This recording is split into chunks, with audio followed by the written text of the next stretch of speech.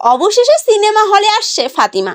নির্মাতা মঈন হাসান ধ্রুব বেশ কয়েক বছর আগে নির্মাণ করেন সিনেমা দাহকাল। পরবর্তীতে সেই নাম বদলে যায়, রাখা হয় ফাতিমা, যার প্রধান চরিত্রে অভিনয় করেছেন এই সময় জনপ্রিয় অভিনেত্রী তাসনিয়া ফারিন।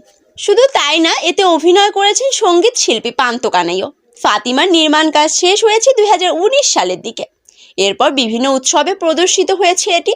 চলতি বছর ইরানের 42তম ফজর আন্তর্জাতিক চলচ্চিত্র উৎসবে সিনেমার অভিনয়ের জন্য ক্রিস্টাল সিমোক অ্যাওয়ার্ডও পেয়েছেন ফারিন। বিভিন্ন উৎসবে প্রদর্শনের পর অবশেষে ফাতিমা মুক্তি পাচ্ছে দেশের প্রেক্ষাগৃহে। আগামী 24শে মে দেশের হলগুলোতে দেখা যাবে এটি।